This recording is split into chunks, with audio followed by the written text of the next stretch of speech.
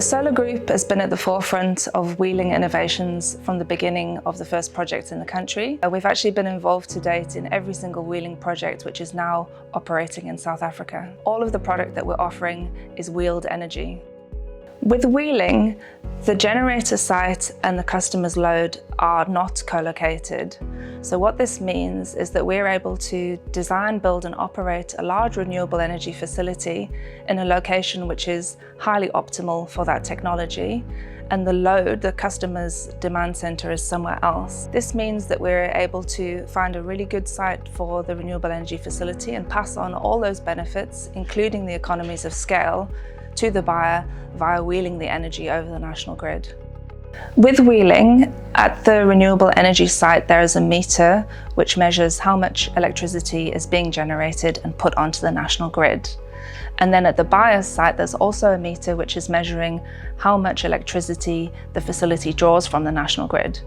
So wheeling is essentially a financial transaction. On a monthly basis there's a reconciliation process, and there's a recon of how much renewable energy was created during each of the relevant time of use periods, and that's offset against the amount of electricity that was used by the facility during the same time of use periods. So the buyer pays the renewable energy project for the electricity generated at that plant, and then they pay Eskom for the net amount of electricity which is still used from the national grid.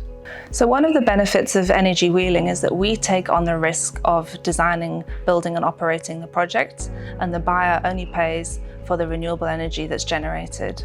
There's no upfront costs for the buyer, and we take responsibility for operating and maintaining the facility. The traditional energy model for procurement in South Africa is either that you would buy from Eskom or potentially look into having an on-site facility to meet your generation needs. With the first option, you're exposed to market dynamics and price increases, and with the second option, you often face challenges in terms of finding enough land that's suitable for renewable energy generation to implement a project to meet your needs.